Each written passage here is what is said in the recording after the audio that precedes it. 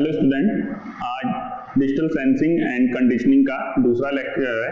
पहले लेक्चर में हमने ये देखा कि व्हाट इज सिग्नल।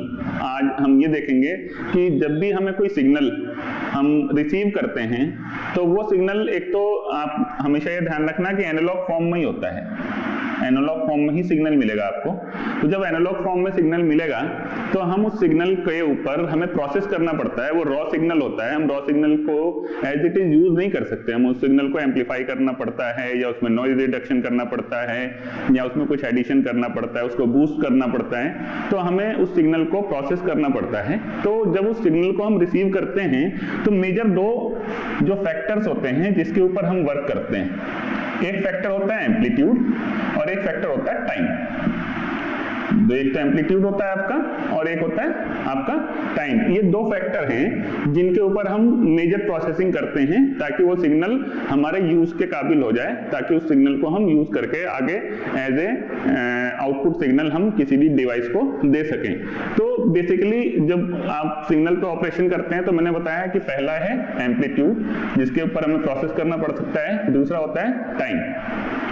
तो एम्पलीट्यूड के ऊपर हम क्या क्या प्रोसेस कर सकते हैं, ये चार मेजर प्रोसेसेस हैं जो हम एम्पलीट्यूड के ऊपर कर सकते हैं। नंबर वन, हम उसके एम्पलीट्यूड को स्केल कर सकते हैं। स्केल करने का मतलब हम उसको बढ़ा सकते हैं, उसको उसमें कुछ एडिशन करके उसको हम 2 गुना 4 गुना उसको एम्पलीफाई कर सकते हैं। तो पहली चीज होती है स्केलिंग। दूसरा एडिशन, हमें 2 इनपुट सिग्नल मिल रहे हैं, हमें उनको ऐड करना है या उसको सब्ट्रैक्ट करना है या उनको मल्टीप्लाई करना है। हमें कोई भी आउटपुट चाहिए जो कि इनके एडिशन से, सब्ट्रैक्शन से या मल्टीप्लिकेशन से मिलेगी, तो हम उसके ऊपर, हम एम्पलीट्यूड के ऊपर ये ऑपरेशंस भी परफॉर्म कर सकते हैं। तो ये 4 मेजर ऑपरेशंस हैं जो हम किसी भी सिग्नल के एम्पलीट्यूड के ऊपर अप्लाई करते हैं। नंबर 1, हम उसको स्केल कर सकते हैं। नंबर 2, हम उसको दो से ज्यादा सिग्नल को ऐड कर सकते हैं या उनको सब्ट्रैक्ट कर सकते हैं या उनको हम मल्टीप्लाई करके एक आउटपुट सिग्नल हमें मिल सकता है। इसी तरीके से एम्पलीट्यूड पे ना करके हम टाइम पे अगर करना चाहें, अगर हमारी रिक्वायरमेंट है, तो टाइम के ऊपर हम 3 प्रोसेस कर सकते हैं। एक शिफ्टिंग, टाइम शिफ्टिंग कर सकते हैं हम, और दूसरा होता है स्केलिंग, और तीसरा होता है रिवर्सल। हम उस सिग्नल को रिवर्स कर सकते हैं, तो उसके टाइम को रिवर्स करके उस सिग्नल को हम रिवर्स कर सकते हैं। तो ये बेसिकली क्या है, ये मैंने आपको ओवरव्यू दिया है, इसको हम डिटेल में पढ़ेंगे आगे, जैसे जैसे हमारा सिलेबस आगे बढ़ेगा हम इसको डिटेल में पढ़ेंगे। तो फॉर स्टार्टिंग, जब अगर आपको एग्जाम में आता है कि व्हाट इज सिग्नल, तो आप उसमें डेफिनेशन में आप इनिशियली आप शॉर्ट क्वेश्चंस में आप ये लिख सकते हो कि ऑपरेशन ऑफ सिग्नल्स में we can do following operations on amplitude and we can perform following operations on time. तो अभी फिलहाल के लिए आप इसको इतना याद रखें, आगे हम इसको डिटेल में स्टेप बाय स्टेप सारी चीजों को पढ़ेंगे। इसके बाद जो हमारा नेक्स्ट टॉपिक आता है वो आता है टाइप्स ऑफ सिग्नल। हम सिग्नल कितने टाइप के, वैसे तो बहुत सारे टाइप के सिग्नल्स होते हैं, पर हम मेजरली जो सिग्नल्स को हम अपने सिलेबस के अकॉर्डिंग हम 4 मेजर कैटेगरीज में उसको डिवाइड कर सकते हैं। वो कैटेगरीज जो हैं, उन कैटेगरीज के बारे में हम देखते हैं कि वो कौन कौन सी कैटेगरीज होती हैं। स्टूडेंट्स, अब हम बात करते हैं क्लासिफिकेशन ऑफ सिग्नल्स की, कि जब हम सिग्नल पढ़ेंगे तो बहुत सारे टर्म्स हमें सुनने को मिलेंगी कि पीरियोडिक सिग्नल होता है, अपीरियोडिक सिग्नल होता है, इवन सिग्नल होता है, ऑड सिग्नल होता है। तो हमें इन सारी टर्मिनोलॉजी के बारे में पता होना चाहिए कि ये क्या है, ये वर्ड्स क्या हैं। अगर हम पीरियोडिक की बात कर रहे हैं तो पीरियोडिक के क्या कैरेक्टरिस्टिक्स होती हैं, या इवन सिग्नल की बात कर रहे हैं तो उसकी क्या सिग्नल की कैरेक्टरिस्टिक्स होती हैं। तो बेसिकली जो क्वालिफिकेशन ब्रॉडली क्लासिफाइड है वो 4 तरह के हम सिग्नल्स के बारे में जानकारी हमें होनी चाहिए। नंबर 1 है continuous time and discrete time signals. पहला जो है हमारा continuous time and discrete time signal. ये क्या होता है बेसिकली, कि जैसे एक आपका सिग्नल है, ये सिग्नल हर टाइम टी पे आपको कोई ना कोई एम्पलीट्यूड, कोई ना कोई वैल्यू दे रहा है। ऐसा नहीं है कि किसी टाइम पे वो कोई वैल्यू नहीं दे रहा है। तो ये कॉन्टिन्यूअस है, कॉन्टिन्यूअसली वो आपको कुछ ना कुछ सिग्नल दे रहा है, आउटपुट में कुछ ना कुछ आपको सिग्नल मिल रहा है। जो दूसरा ये है डिस्क्रीट। डिस्क्रीट का मतलब आप देखिए एक पॉइंट ऑफ टी पे आपको सिग्नल मिल रहा है, फिर नहीं मिल रहा है, ठीक है ना, फिर मिल रहा है, फिर नहीं मिल रहा है। तो यानी कि कॉन्टिन्यूअस आपको सिग्नल नहीं मिल रहा है, आपको किसी पॉइंट पे सिग्नल मिल रहा है, किसी पॉइंट पे सिग्नल नहीं मिल रहा है। तो इसको बोलते हैं डिस्क्रीट सिग्नल, रुक रुक के आना सिग्नल का। कॉन्टिन्यूस सिग्नल का मतलब है कि वो हर पॉइंट पे आपको कुछ ना कुछ वैल्यू आपको मिलती रहती है, तो इसको बोलते हैं कॉन्टिन्यूस टाइम सिग्नल और इसको बोलते हैं discrete time signal. Basic terminology है, बेसिक इसकी डेफिनेशन है, बेसिक इसकी नॉलेज है, इसमें इतना बहुत ज्यादा कोई रॉकेट साइंस नहीं है। दूसरा क्या है, deterministic and non deterministic signal. ये जो सिग्नल है आपका एनालॉग सिग्नल है, ये एनालॉग सिग्नल आपका कॉन्टिन्यूस है जैसा अभी हमने पहले पढ़ा। दूसरा ये भी एनालॉग सिग्नल है, ये भी हर पॉइंट पे आपको कोई ना कोई वैल्यू दे रहा है। पर इन दोनों सिग्नल्स में क्या डिफरेंस है, हम इसको बोलते हैं डिटर्मिनिस्टिक और इसको बोलते हैं नॉन डिटर्मिनिस्टिक। डिटर्मिनिस्टिक सिग्नल कौन से होते हैं, जिन सिग्नल्स को हम किसी फॉर्मूला के थ्रू, किसी लॉजिक के थ्रू रीड्रॉ कर सकते हैं।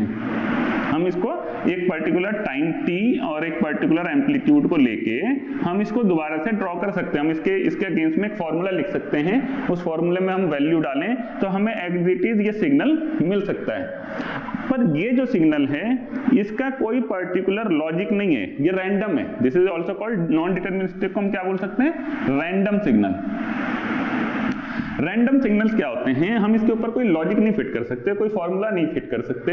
हमें अगर किसी को सपोज करो हमें ट्रांसमिट करना है, ये सिग्नल ट्रांसमिट करना है, तो हम कोई फॉर्मूला नहीं ट्रांसमिट कर सकते, हमें signal as it is transmit करना पड़ेगा, ये कंटिन्यूसली जाएगा। ये सिग्नल क्या है, हम इसके अगेंस्ट में कोई ना कोई फॉर्मूला, एक लॉजिक हम क्रिएट कर सकते हैं, हम वो लॉजिक के थ्रू इसको रीड्रॉ कर सकते हैं, पर इसको नहीं कर सकते क्योंकि ये रैंडम है। ये कभी ये इसका कोई पर्टिकुलर पैटर्न है ही नहीं, ये किसी भी टाइम पे कोई भी वैल्यू दे रहा है, तो हम इसको किसी तरीके से डिटरमाइन नहीं कर सकते। तो इसको बोलते हैं नॉन डिटर्मिनिस्टिक सिग्नल, जिसको हम किसी फॉर्मूला, किसी लॉजिक के थ्रू हम इसको एक्सप्लेन नहीं कर सकते। और डिटर्मिनिस्टिक सिग्नल वो होते हैं जिनको हम किसी फॉर्मूला, किसी लॉजिक के थ्रू हम उसको एक्सप्लेन कर सकते हैं। नेक्स्ट आता है even and odd signal. Even and odd signal थोड़ा सा आप अगर ये समझेंगे, इवन एंड ऑड सिग्नल क्या होता है, सपोज कीजिए कोई सिग्नल है और उस सिग्नल को सपोज कीजिए +2 है या -2 है, ये 0 है, उस सिग्नल को अगर सेंटर पे आप फ्लिप करते हो, अगर आप यहाँ पे एक मिरर लगा हुआ है, यहाँ पे एक मिरर लगा हुआ है और इस सिग्नल को मिरर में भी देखोगे तो ये सिग्नल आपको ऐसा ही दिखाई देगा।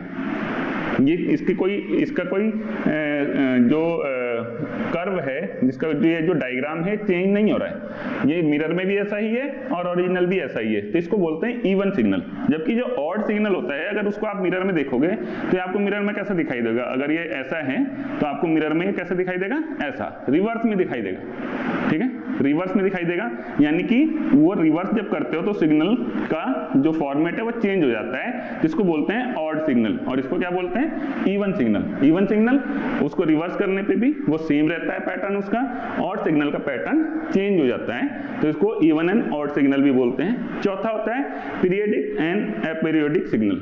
पीरियोडिक सिग्नल वो होता है जो एक पर्टिकुलर टाइम t के बाद अपने आप को रिपीट करता है।